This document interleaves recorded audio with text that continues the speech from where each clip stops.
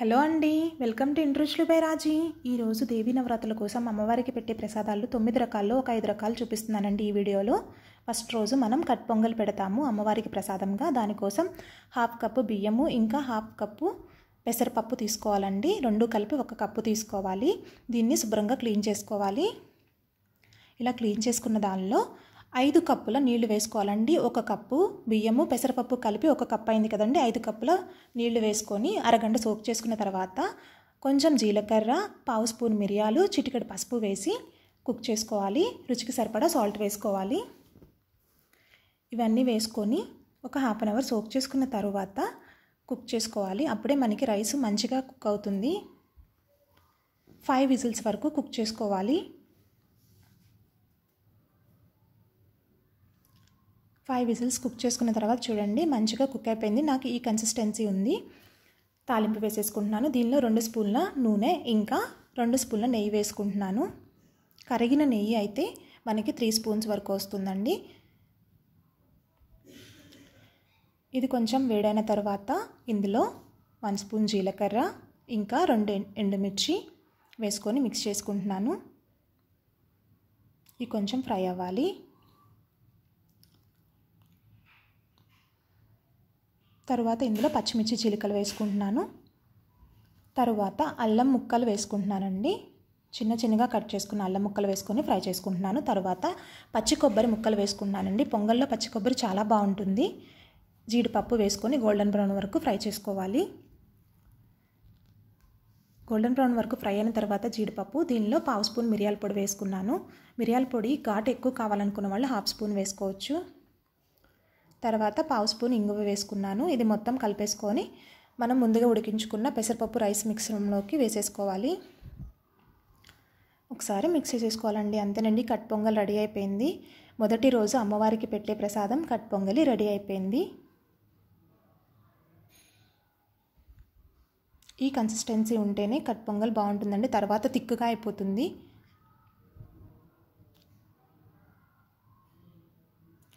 రెండవ రోజు పెట్టే ప్రసాదము పులిహోర అండి. పులిహోర ప్రిపరేషన్ కోసం చింతపండుని ముందుగానే నేను 200 గ్రామ్స్ తీసుకొని వేడి నీళ్ళల్లో ఒక 1/2 అవర్ సోక్ చేసుకున్నానండి.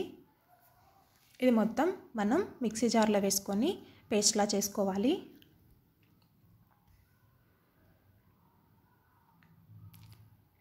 ఇది మిక్సీ జార్లో ఇలా వేసేసుకొని మెత్తటి పేస్ట్లా చేసేసుకుందాము. ఇలా మెత్తటి పేస్ట్లా చేసుకోవాలి. తర్వాత ఇలా జాలి గిన్నె తీసుకొని కింద ఒక గిన్నె పెట్టుకొని ఈ పేస్ట్ మొత్తం పైన ఈ బియ్యం వడకట్టే గిన్నె అండి, జాలి గిన్నె, దీనిలో వేసుకొని మంచిగా కిందకి ప్రెస్ చేసుకోవాలండి పేస్ట్ని. చూడండి, ఇలా కలుపుకుంటూ ఉంటే మనకి దీనిలో ఉన్న వేస్ట్ అంతా సపరేట్ అయిపోయి మంచిగా చింతపండు గుజ్జు కిందకు దిగుతుంది. ఇలా ఓన్లీ చింతపండు గుజ్జు మాత్రమే వస్తుంది. ఇలా మొత్తం సపరేట్ చేసేసుకున్న తర్వాత ఈ పులుసు మొత్తాన్ని మనం కుక్ చేసుకోవాలండి. మళ్ళీ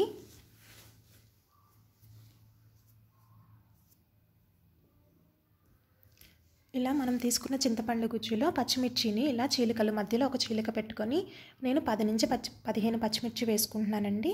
ఈ మొత్తం యాడ్ చేసుకోవాలి. తర్వాత చిన్న బెల్లం ముక్క వేసుకోవాలండి. ఒక 1 ఇంచ్ బెల్లం ముక్క. దీనివల్ల టేస్ట్ పెరుగుతుందండి, ఎటువంటి డిఫరెన్స్ ఉండదు. తర్వాత 2 స్పూన్లు నేను సాల్ట్ వేసుకుంటున్నానండి. నేను కల్లుపు యూస్ చేశాను. ఈ మిశ్రమం మొత్తం ఒకసారి కలుపుకొని స్టవ్ ఆన్ చేసుకొని స్టవ్ మీద పెట్టుకోవాలండి.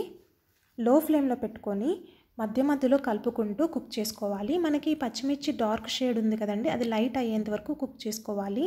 అప్పుడు మనకి పులుసు మంచిగా కుక్ అయిపోయినట్టు. చూడండి, మధ్యలో మిక్స్ చేసుకుంటూ ఇలా కుక్ చేసుకోవాలి. మీరు అబ్జర్వ్ చేస్తే మనకి పచ్చిమిర్చి కలర్ చేంజ్ అయిపోయిందండి, అంటే పులుసు కుక్ అయిపోయింది. ఎట్టి పరిస్థితుల్లోనూ లో ఫ్లేమ్లోనే కుక్ చేసుకోవాలండి, లేదంటే పులుసు మాడిపోతుంది, టేస్ట్ అస్సలు బాగుండదు, అది పనికిరాదు కూడా. తర్వాత రైస్ ఉడికించుకొని దాని మీద ఇలా మనం ముందుగా ప్రిపేర్ చేసుకున్న చింతపండు పులుసుని వేసేసుకుంటున్నాను. ఇది అంతా మిక్స్ చేసేసుకోవాలి. తర్వాత తాలింపు కోసం ఆయిల్ పెట్టుకొని ఆయిల్ హీట్ అయిన తర్వాత ఆవాలు, జీలకర్ర వేసుకున్నాను. ఇందులో పచ్చిశనగపప్పు వేసుకోవాలి. తర్వాత మినప్పప్పు యాడ్ చేసుకొని మిక్స్ చేసుకుంటూ ఫ్రై చేసుకోవాలి.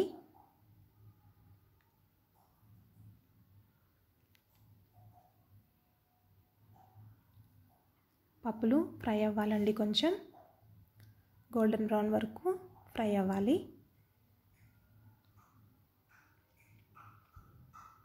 తరువాత ఇందులో 3 ఎండుమిర్చి ఇలా తుంపులు చేసుకొని వేసుకుంటున్నాను. ఇది ఫ్రై అయిన తర్వాత పచ్చిమిర్చి చీలికలు వేసుకుంటున్నానండి. 4 పచ్చిమిర్చిని ఇలా చీలికలుగా చేసుకొని వేసుకుంటున్నాను. ఇందులోనే కరివేపాకు, కొంచెం ఇంగువ, ఇంకా పసుపు వేసుకొని ఫ్రై చేసుకున్నాను.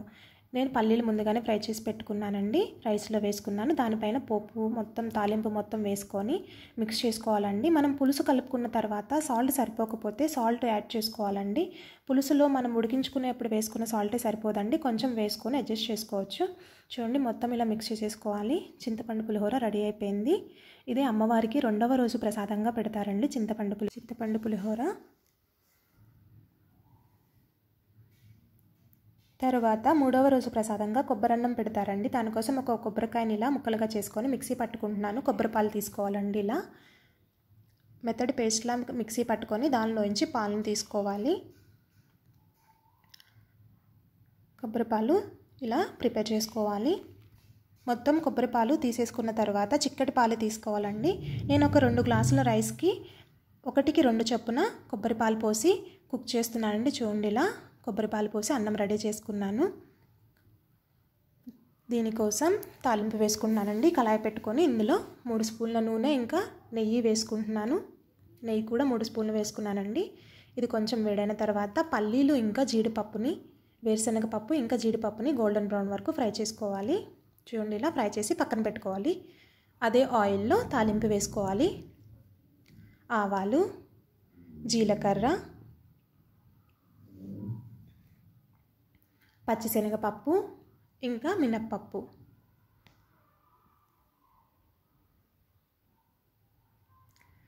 మినప్పప్పు కూడా వేసుకొని ఫ్రై చేసుకోవాలి.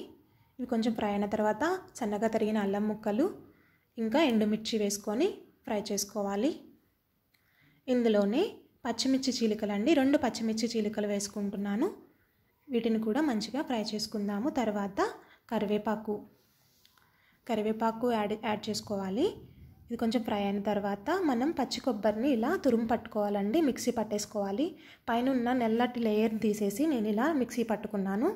ఇదంతా పచ్చి వాసన పోయేంత వరకు ఫ్రై చేసుకోవాలి. లో ఫ్లేమ్లోనే ఫ్రై చేసుకోవాలండి. ఇది ఫ్రై అయిన తర్వాత మనం ముందుగా ఉడికించుకున్నాం కదండి అన్నం, అది వేసుకొని సాల్ట్ వేసుకొని మంచిగా మిక్స్ చేసుకోవాలి. ఒక 1 స్పూన్ సాల్ట్ వేసుకుంటున్నానండి. నాకు ఈ సాల్ట్ సరిపోతుంది. మంచిగా మిక్స్ చేసుకోవాలి.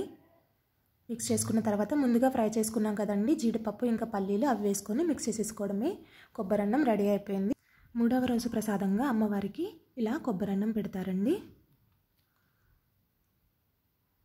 మనం పెట్టే ప్రసాదాలు సాల్ట్ అవి చెక్ చేయం కదండి, సో మనం మెజర్గా వేసుకోవడమే. చూడండి, కొబ్బరన్నం రెడీ అయిపోయింది. తర్వాత 4వ రోజు ప్రసాదంగా అమ్మవారికి అల్లం గారెలు పెడతారండి. దీనికోసం అల్లం ముక్కలు ఇంకా పచ్చిమిర్చి, కొంచెం జీలకర్ర వేసుకొని కచ్చాపచ్చాగా గ్రైండ్ చేసుకోవాలి సాల్ట్ వేసుకొని.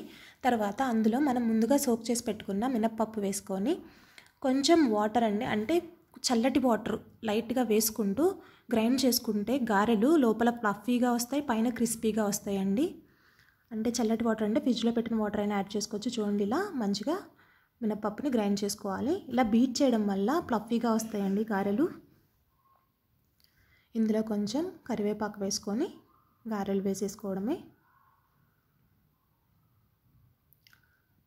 ఆయిల్ హీట్ అయిపోయిందండి. ఇందులో మనం గారెలు వేసేసుకోవడమే. ఇవి దూర రంగు వరకు ఫ్రై చేసుకోవాలి.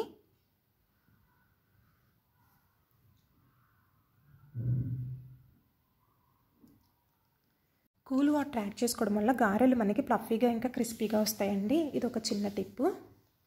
అంతేనండి, 4వ రోజు ప్రసాదము అల్లం గారెలు రెడీ అయిపోయినవి. తర్వాత 5వ రోజు ప్రసాదంగా అమ్మవారికి దద్దోజనం పెడతారండి. 1 కప్పు రైస్కి 4 కప్పుల వాటర్ పోసుకొని ఇలా మెత్తగా కుక్ చేసుకోవాలండి. వేడి మీదనే మ్యాష్ చేసుకోవాలి. చల్లారిన తర్వాత మెత్తగా అవ్వదు. దానికి 1 కప్పుకి 1 కప్పు పెరుగు వేసుకొని మంచిగా మిక్స్ చేసుకోవాలి. రైస్ 1 కప్పు తీసుకుంటే మనం పెరుగు ఇంకా మిగతా ఇంగ్రీడియంట్స్ కూడా అలానే తీసుకోవాలి. అది మిక్స్ చేసుకున్న తర్వాత 1 కప్పు కాచి చల్లార్చుకున్న పాలు పోసుకోవాలండి.